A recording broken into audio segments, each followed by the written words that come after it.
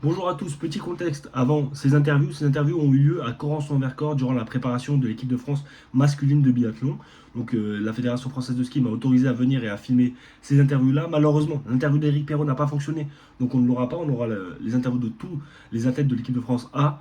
Donc on va commencer par Oscar Lombardo, Émilien Claude, Antonin Guigona, Fabien Claude, Quentin Fillon-Maillet et on terminera par Émilien Jacquelin. N'hésitez pas à liker, vous abonner et commenter, c'est important pour le référencement et même pour faire grandir la chaîne. Et je vous souhaite à tous une bonne vidéo. Oscar, comment ça va déjà? On se retrouve au début de la prépa. Comment tu vas? Comment s'est passé ce repos après cette saison? Super bien. Franchement, je me suis fait opérer du syndrome des loges.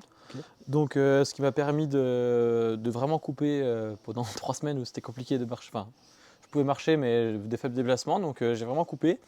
Et là, maintenant, ça va. On a repris gentiment le train-train de l'entraînement. Et donc, on s'est reparti et ça fait du bien. Ouais, c'est cool. Est-ce qu'il y a une petite question protocolaire? Est-ce que tu peux te décrire, c'est un exercice assez compliqué, en seulement 3 mots? C'est-à-dire en 3 mots, est-ce que tu peux te présenter pour un public qui ne te connaîtrait pas, possiblement? C'est compliqué. C'est compliqué. Il fallait me prévenir en avance. Quoi dire 3 mots. On a le temps. Euh, Enthousiaste, Ok. euh, un peu la rage de vaincre, je sais pas comment dire, je sais pas le mot. Ouais. Compétitif, Ouais, compétiteur ouais, plutôt, compétiteur, bon après on y est tous, hein. forcément, à ce niveau-là. Et souriant, ouais, je vais dire ça. Tu as un rôle assez particulier dans cette équipe de France. L'année dernière, tu étais sur l'IBU Cup, tu as eu ta chance durant ce mois de février-mars, après les championnats du monde. Comment on vit ce rôle qui est parfois un peu injuste, ingrat, parce qu'on est sur les BU Cup, on monte, on redescend. Comment on le vit mentalement surtout? Comment on arrive à rester concentré et focus? Ah, ça fait 3 ans maintenant que je commence à le connaître, je commence à bien le maîtriser. Non, c'est pas toujours facile, surtout que cette année, j'avais vraiment, dans ma tête, j'avais envie de commencer sur la Coupe du Monde et ne pas aller dessus a été assez dur pour moi. Après, j'ai pris mon mal en patience, on va dire. Je me suis fait à l'idée, je me suis résigné. Ça n'a pas été facile, je dis tous les jours, mais bon, en fait, ça reste du biathlon, qu'on soit en Coupe de France, en IBU Cup ou en Coupe du Monde. Ça reste la même chose à faire, ça reste une carabine dans le dos et du ski de fond. Donc, il faut le prendre comme ça. Et moi, mon but, ça a été de produire mon meilleur biathlon. Et si mon meilleur biathlon me permet de monter sur la Coupe du Monde et pouvoir m'exprimer sur la Coupe du Monde, et bah tant mieux. Et sinon, c'est que faut que j'améliore mon biathlon. Tu as une particularité aussi, c'est que tu fais des études à côté, en plus des belles études, si tu peux les rappeler pour les gens qui ne le savent pas, tu fais Je suis en école d'ingénieur à Polytech Chambéry. exactement. Est-ce que tu as eu ton année déjà cette année? Ça s'est passé comment? Ouais, bah merci à l'école déjà de me permettre d'avoir cet accompagnement-là. Et donc, non, j'ai pas encore fini. Il me reste encore Ok. une année l'an prochain pour valider ma première année d'école. Comment on arrive à basculer entre le monde du biathlon où tu te déplaces, même si tu es en EBU Cup, tu te déplaces dans toute l'Europe, même parfois aux États-Unis, et les études? Tu as un accompagnement? Est-ce que tu peux expliquer, peut-être pour des jeunes qui aimeraient Ouais, bien sûr. poursuivre leurs études, possiblement? Et bah, au début, en fait, maintenant ça fait que 3 ans où j'ai vraiment mon mois d'avril où je suis à l'école et le reste du temps, je peux m'entraîner et réussir à m'entraîner qualitativement pour les échéances qu'on a l'hiver et tout ce que cela demande comme entraînement. Et avant, jusque-là, je passais quand même. Ma première année de prépa, je l'ai fait en un an, en même Ok. temps que le ski. Donc là, j'ai bien charbonné, hein. Et après, j'ai eu des arrangements où j'avais le droit d'être absent à certains cours et de pouvoir rattraper mes examens plus tard. Mais par contre, je suivais les mêmes cours que d'autres personnes. Donc j'avais les preneurs de notes qui m'envoyaient mes cours et moi, bien sûr, je devais travailler un peu mes cours le soir.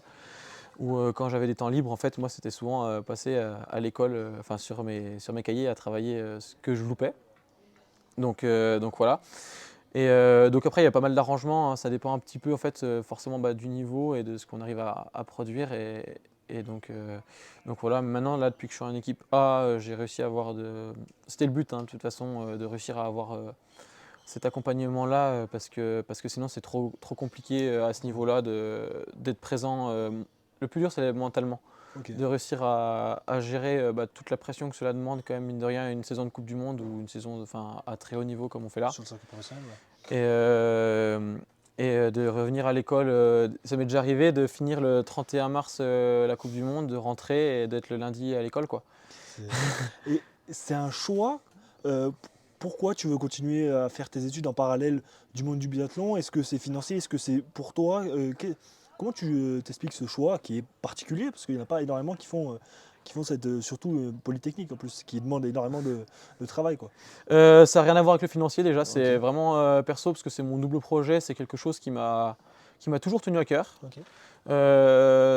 J'ai toujours été assez scolaire et c'est en fait travailler dans le bâtiment, c'est vraiment quelque chose, enfin dans le bâtiment durable, c'est vraiment quelque chose qui pour moi a du sens en après-carrière. Ok. C'est quelque chose où en fait même quand je me déplace, j'aime toujours voir un peu les bâtiments dans les pays différents qu'on croise, un peu regarder comme ça ce qui se fait ou ce qui se fait pas. Et ça me fait une culture générale, j'ai envie de dire. Et c'est quelque chose où la thermique d'un bâtiment, la rénovation, des choses comme ça qui m'ont toujours intéressé. Et j'aime ça. Et donc, dans mes études, je me plais. Ça me fait aussi. Ça me sort complètement du monde du biathlon. Et des fois, au mois d'avril, c'est ce dont on a besoin de revenir quelqu'un de lambda, d'aller à l'école comme tout le monde. D'avancer dans mes études où en fait je ne suis pas forcément connu ou rien que ce soit, je ne suis pas dans mon milieu et juste je redeviens un étudiant. C'est pas facile tous les jours, hein, je le dis.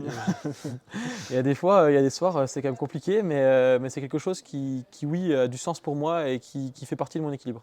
Est-ce que tu te sers, qu'est-ce que tu tires par exemple de tes études que tu mets dans le biathlon, dans ta saison de biathlon, et à l'inverse, pendant tes études, est-ce que tu repenses, il y a des fois des petites techniques, qu'est-ce que tu ressors des deux qui font ce mixte?